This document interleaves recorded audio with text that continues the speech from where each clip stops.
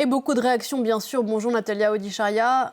Ce matin, Pauline. dans la presse américaine, après l'annonce de ces suspensions massives de postes, suppression massive de postes au Washington Post. Oui, Pauline, vous le disiez, il y a eu beaucoup de réactions dans la presse. Je vous ai sélectionné quelques articles. Tout d'abord, cet article du New Yorker qui propose une analyse sur comment le fondateur d'Amazon, Jeff Bezos, a fait tomber le journal. Voilà ce que titre le quotidien. Le milliardaire a racheté en 2013, pour rappel, le Washington Post pour le sauver. Je cite, « Au lieu de cela, avec des licenciements massifs, il l'a plongé dans un profond déclin », écrit le New Yorker. The Atlantic, lui, titre l'assassinat du Washington Post. Le magazine explique que Jeff Bezos veut anéantir, je cite, le journal. En tout cas, depuis sa reprise, des coupes budgétaires, réduction d'effectifs il y a quelques années déjà, l'arrêt d'un podcast et puis ces nouveaux licenciements massifs. 300 journalistes licenciés, c'est un tiers des effectifs. Selon International Business Times, c'est une façon pour Jeff Bezos de se rapprocher de Donald Trump. Natalia, vous avez à soumettre à notre appétit de lecteur des histoires d'espionnage ce matin. Oui, et je vais commencer par cette première histoire. Le Parisien qui nous raconte ce matin que 2 hommes chinois présentés comme des ingénieurs ont été mis en examen hier. Ils sont soupçonnés d'avoir été envoyés en France pour capter des données militaires sensibles. L'histoire, donc, 2 hommes qui louent un Airbnb en Gironde. Ils ont été dénoncés par leurs voisins à la DGSI, des voisins qui auraient aperçu donc une mystérieuse parabole de 2 mètres de diamètre et une antenne géante dans le jardin de ces 2 hommes.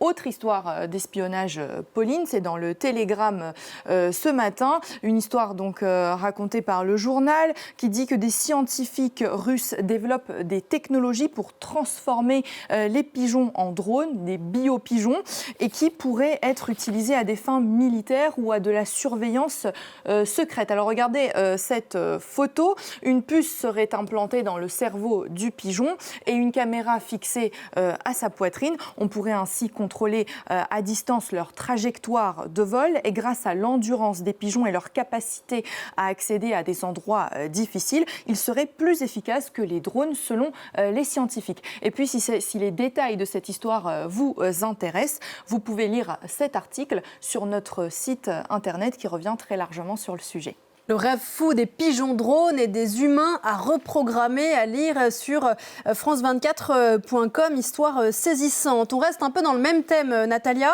Vous vouliez nous parler d'un ami virtuel qui pourrait lui aussi nous surveiller. Décidément, on est à l'abri de rien.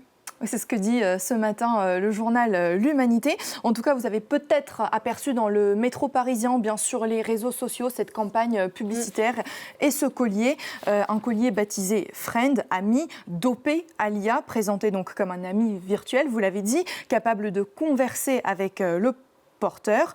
Il capte les déplacements, mais aussi les discussions et les bruits aux alentours du propriétaire du collier.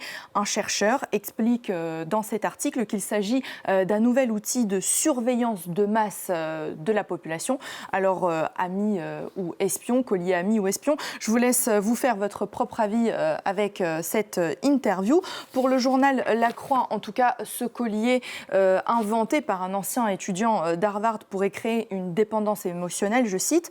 Son but étant, je vous le rappelle, de conserver, donc de converser avec le porteur et d'être son ami. C'est ce que confie le délégué général de l'association Génération Numérique donc au journal. Il dit, je cite, « La relation est unilatérale. Le collier ne raconte rien car il n'a pas de vie extérieure. Il n'est pas non plus un thérapeute qui challenge son patient car il dit ce qu'on veut qu'il dise. » Et pour la petite histoire, il y a beaucoup d'internautes qui ont réagi à la campagne de publicité pour cet objet, Natalia, qui était truffé de fautes d'orthographe. Et oui, n'est pas Becherel, toute intelligence artificielle. Et puis, pour terminer, cette histoire en Arménie.